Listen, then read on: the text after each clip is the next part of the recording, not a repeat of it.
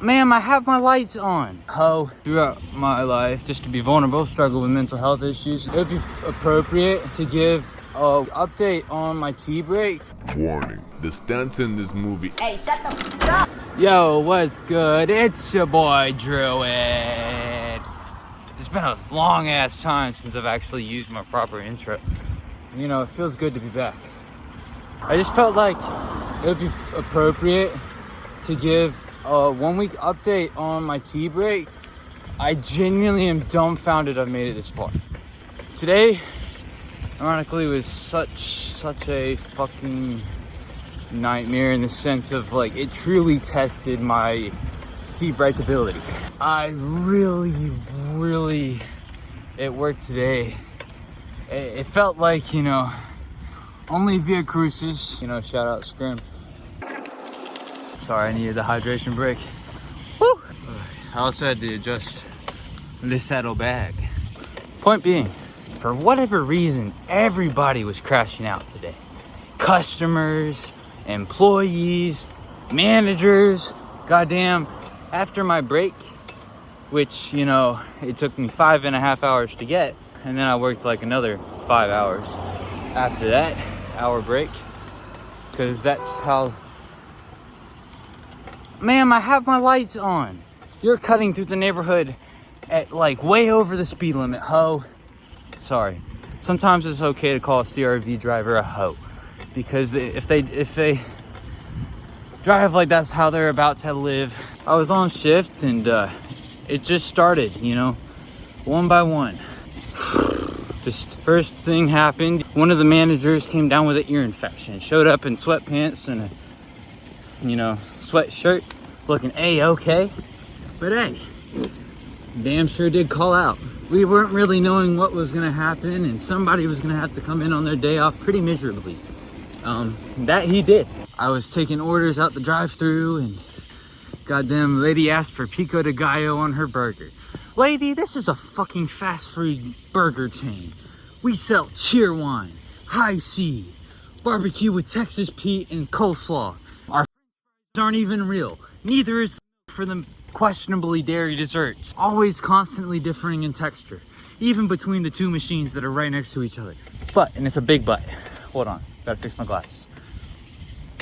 Whew. Glad we did that, even though technically I swerved into the wrong lane. That was just one instant.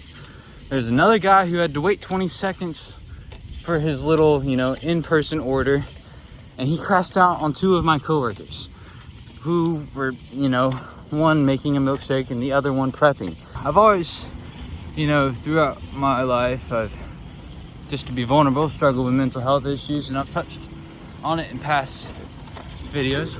And for me, the way that plays out in context is, since I was about 10 years old, I've, you know, become much more desensitized to it, even though it still, you know, hits like a dump truck. But essentially, suicidal ideations are like my daily, right? Since like I was 10. So almost 11 years now.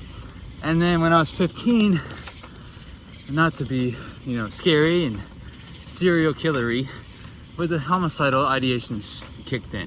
And so I've developed this like crazy guilt complex, because who likes to feel those things?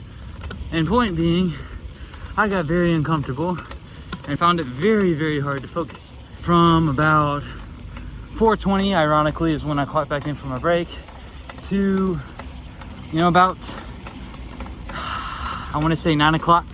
I kept making messes that I didn't intend to, so I kept feeling shittier about myself and found it really hard to stop the self-pity.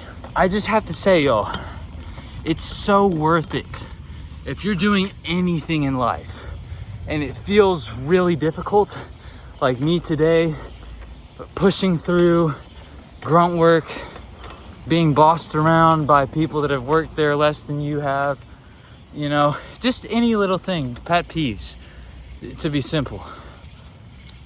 Glasses once again, goddamn.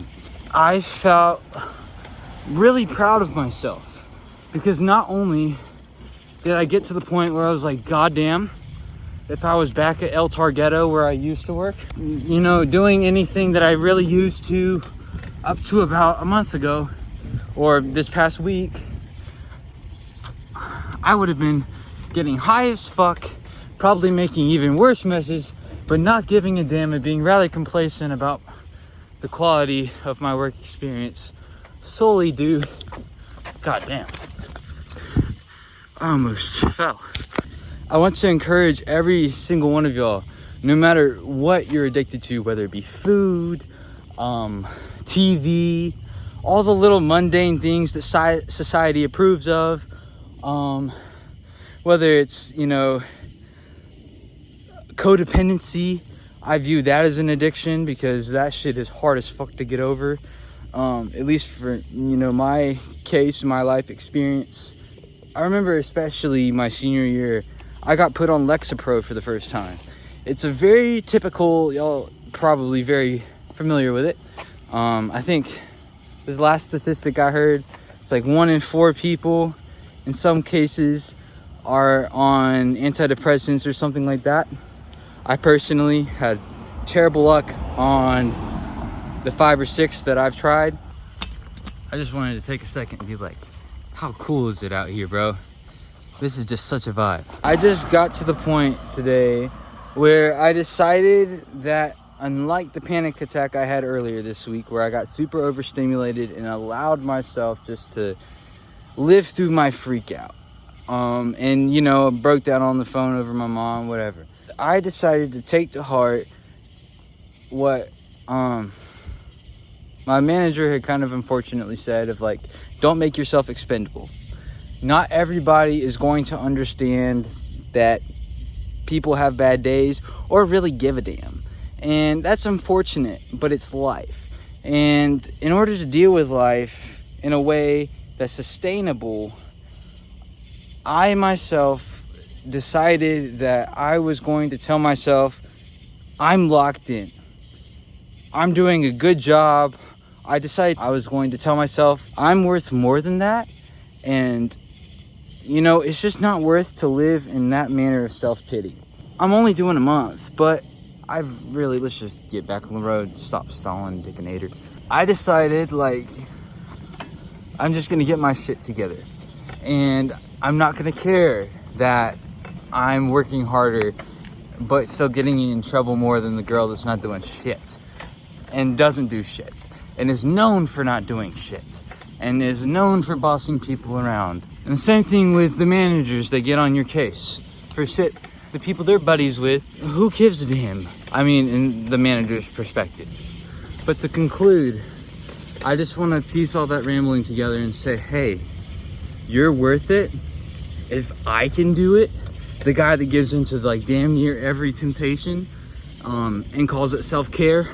I think the thing that's difficult about not knowing if you're addicted to something or if a habit's bad is to see if you can do without. Cannabis wasn't something that was impacting my life in a way that it was setting me up for failure. In fact, y'all, I was actually fairly functional and way more than really the majority of my coworkers.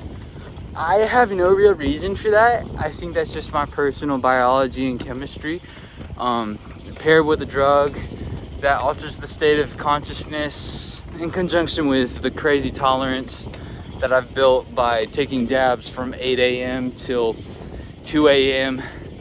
and then doing that all over again for months and months on end, and smoking bud in between where I can. It got to a point where I was using it as a vehicle for everything.